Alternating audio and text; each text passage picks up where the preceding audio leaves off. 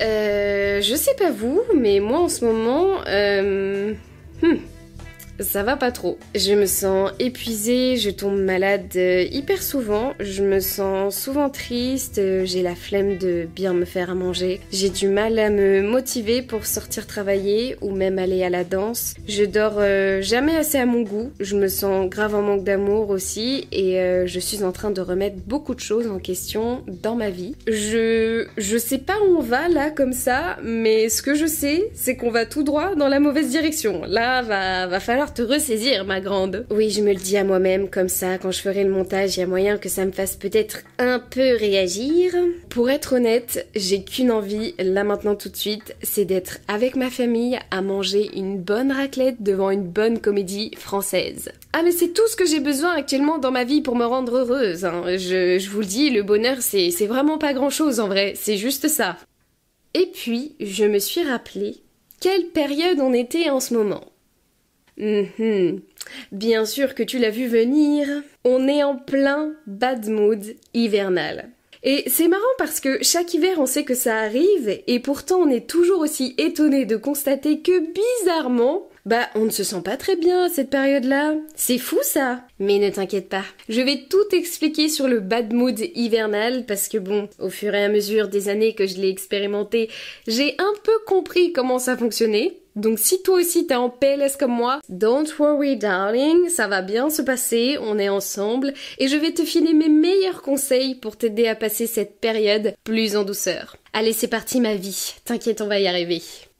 Déjà, la première chose qu'il faut comprendre, c'est qu'on manque énormément de lumière. Et ouais, ça paraît tout bête dit comme ça, mais ça nous impacte beaucoup. Si on prend du recul, quand c'est l'été, au mois de juillet-août, t'es plein d'énergie parce que t'as des longues journées ensoleillées, rien que pour toi, et dans un cadre de vie plus agréable que d'habitude, vu que souvent à cette période on prend des vacances. Puis vient le mois de septembre, c'est la rentrée, alors certes, on a repris le travail, mais t'as plein de nouvelles idées en tête et des choses que tu veux mettre en place dans ta vie. C'est normal, c'est le début d'un nouveau cycle, c'est le mois de septembre, et les journées sont encore bien lumineuses et les températures assez douces. Puis vient le mois d'octobre, où là tu sens que le soleil commence à tirer doucement sa révérence pour finalement s'éclipser au mois de novembre. Et comme de par hasard, c'est là qu'on pète tous des câbles. Je ne sais pas si vous avez remarqué.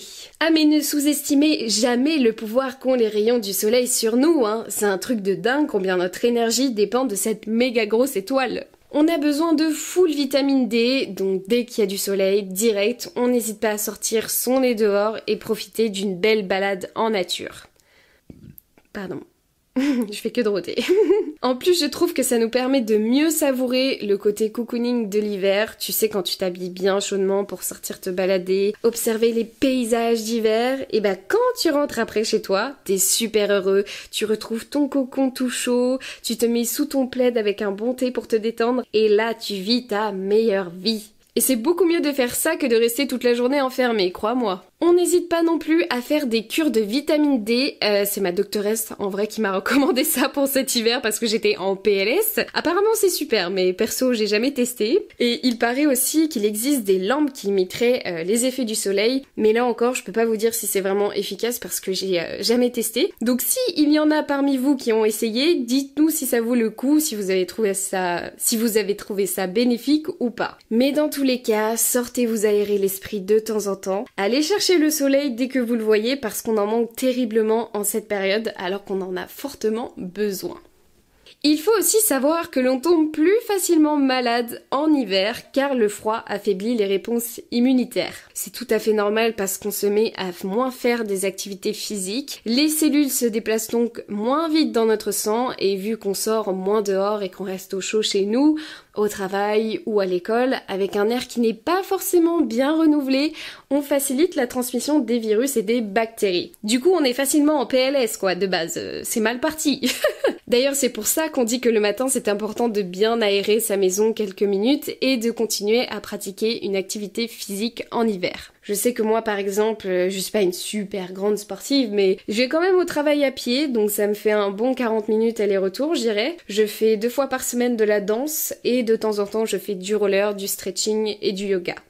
D'ailleurs, ma prof de yoga parle très joliment de ce qu'est la période de l'hiver. Elle dit que c'est important pour nous, pour être en bonne santé, de vivre en accord avec le rythme des saisons, comme le font les animaux et la nature. Elle nous explique que la période de l'hiver, c'est la période où on hiberne, où on prépare notre cocon, notre maison pour pouvoir faire le plein d'énergie et revenir tout bien reposé et plus fort que jamais au printemps. C'est tout à fait normal que notre rythme de vie ralentisse, qu'on ait tendance à vouloir manger plus riche que d'habitude, car finalement on fait un peu des provisions pour l'hiver. On cherche à ce que notre foyer soit chaleureux, on s'habille plus confortablement et on priorise le repos et la récupération plutôt que la force et la performance qui se font beaucoup plus facilement au printemps et en été. Alors il faut accepter ce nouveau rythme. Accepter de ralentir, de prendre soin de soi et de sa maison dans laquelle on va pouvoir bien récupérer.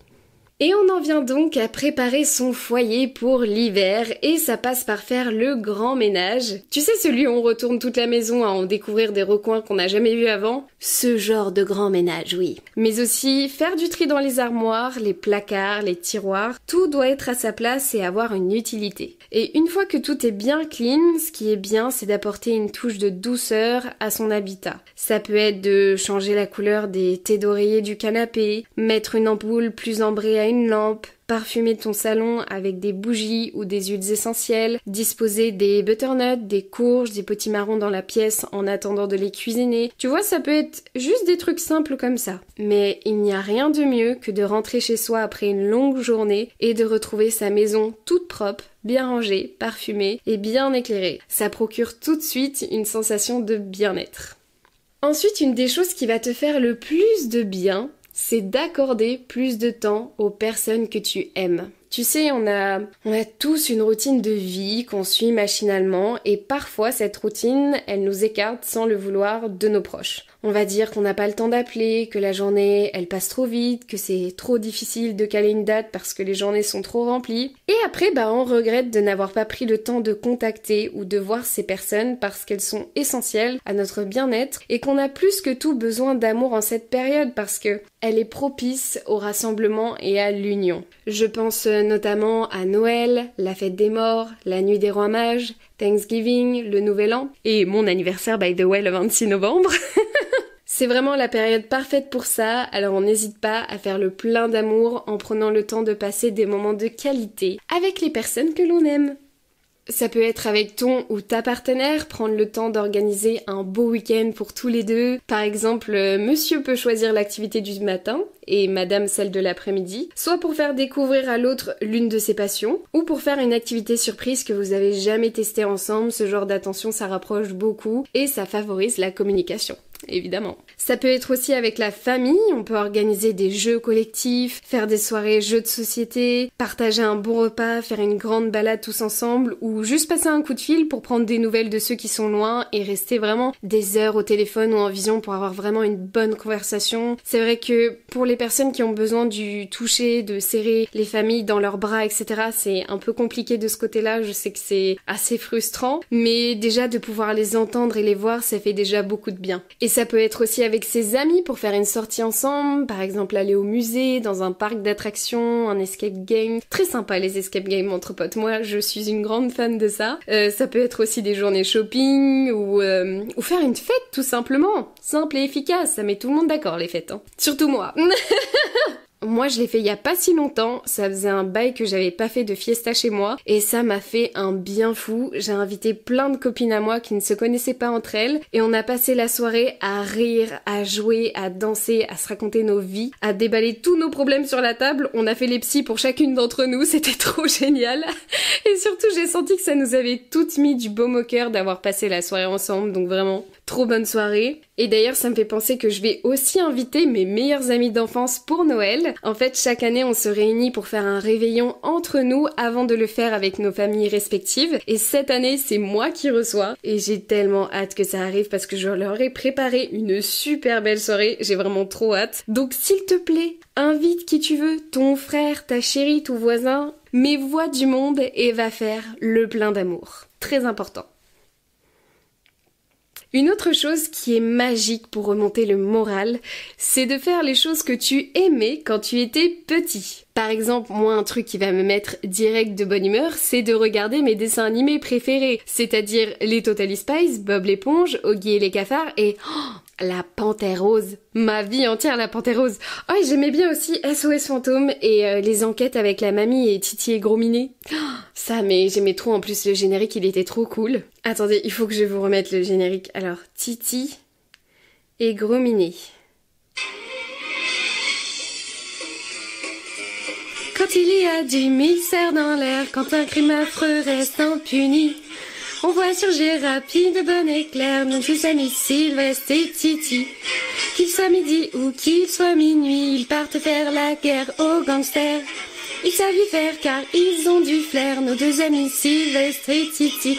Quand la lune éclaire, une vieille baraque aux marches qui craque, ouvrez vos paupières, nous sommes prêts pour la matraque. Un jour j'avalerai ce canari, j'en serai ravie et je vous dis, tu peux toujours rêver mon petit, quels bons amis Sylvestre et Titi. Et jamais rien n'arrête leur enquête sur toutes les facettes de cette planète. Même s'ils se jettent des mots à la tête, ils sont amis Sylvestre et Titi. Oh là là, mais j'aime trop, j'ai le sourire, j'ai le grand smile là, tellement je suis heureuse d'écouter juste le générique, c'est un truc de ouf. Bref, vraiment à tester, n'hésitez pas.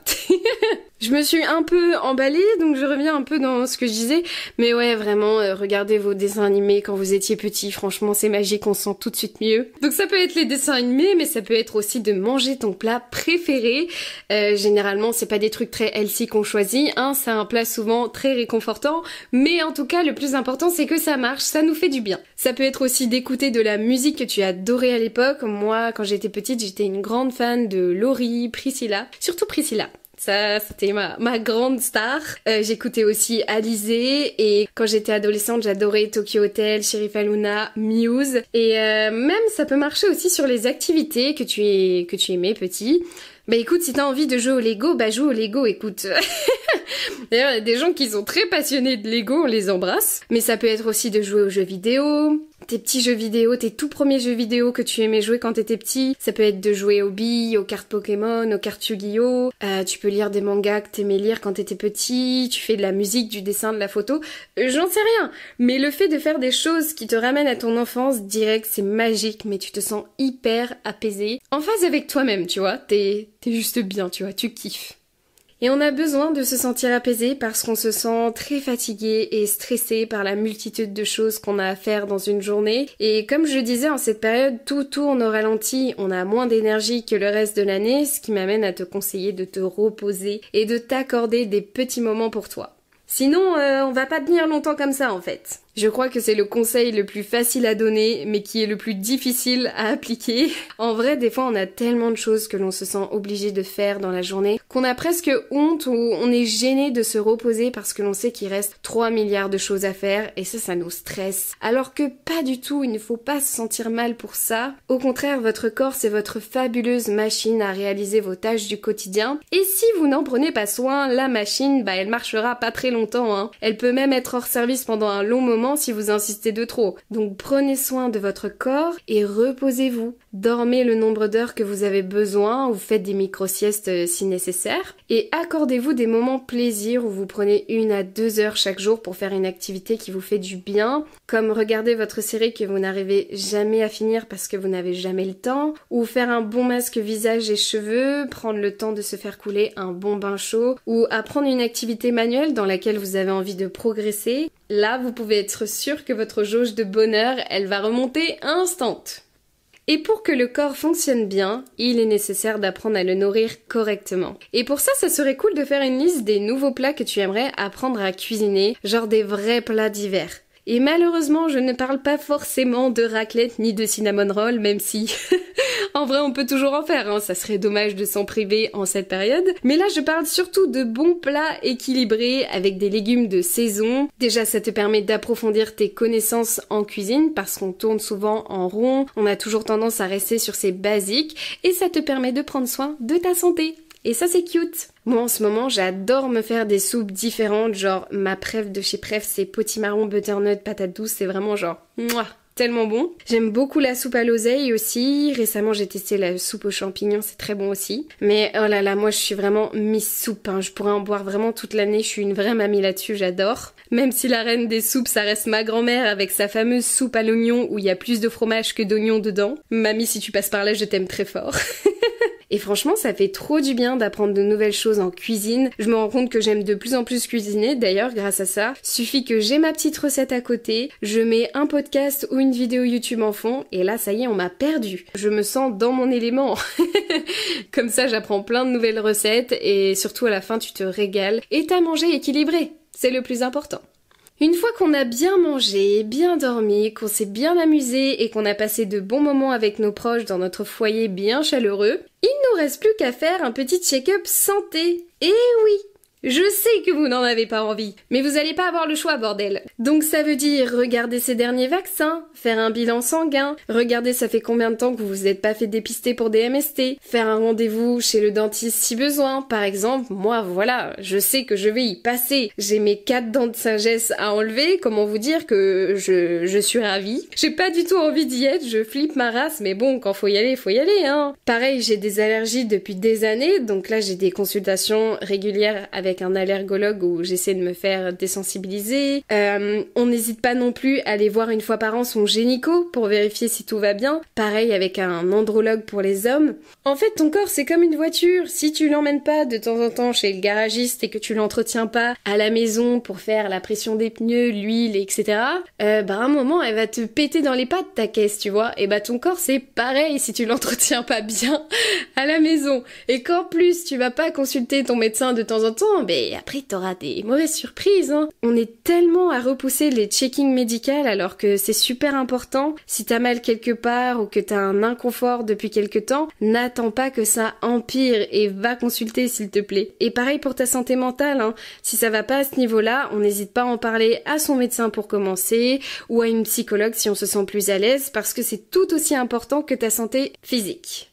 Et le dernier conseil bonus que j'ai à te donner, parce que en vrai on est déjà pas mal avec tout ça, mais je dirais que c'est de prendre le temps de te poser pour savoir où tu en es dans ta vie. Est-ce qu'il y a des choses à améliorer, etc. C'est toujours la période où voilà, on a énoncé nos objectifs en septembre à la rentrée. Et des fois, ça peut arriver qu'on baisse les bras ou que ça ne se soit pas passé aussi bien que prévu. Et à ce moment, on peut se sentir perdu et baisser les bras, se sentir en manque de motivation. Et je pense que c'est important de savoir se poser pour savoir dans quelle direction on veut aller. Est-ce qu'on change complètement de trajectoire ou est-ce qu'on modifie juste un élément pour nous faciliter la vie? Si t'as du mal à visualiser ce qui ne va pas, tu peux soit l'écrire ou t'enregistrer via un vocal, ça peut t'aider à mieux comprendre comment résoudre ton problème quand tu l'écouteras. Moi, ce que je fais quand je me sens perdue, je prends un carnet, je fais une colonne de ce qui ne va pas et une colonne de ce qui va dans ma vie et ensuite j'essaie de trouver des solutions pour résoudre un par un mes problèmes et que le résultat soit proche de zéro. Un peu comme si c'était un problème de maths, tu vois. Essaye et puis tu me diras si ça marche.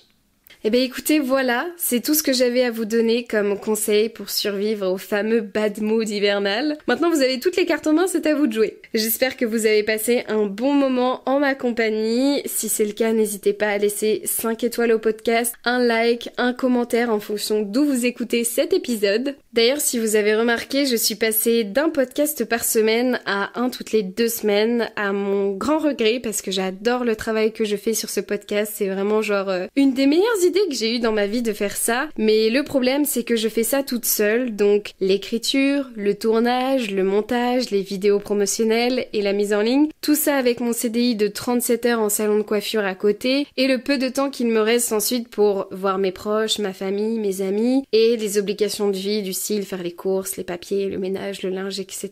Et ce qui fait que en fait j'avais plus du tout de temps à moi, j'avais jamais de moment off, donc je ralentis provisoirement un peu le rythme pour mon bien-être et confort personnel en attendant de trouver une solution pour me libérer plus de temps. Je pense que je suis dans une grosse période de transition dans ma vie, faut juste, comme je vous le disais à la fin, que je prenne le temps de savoir comment réaliser chaque étape pour continuer à toujours faire ce que j'aime dans ma vie. Et ça, c'est ma priorité.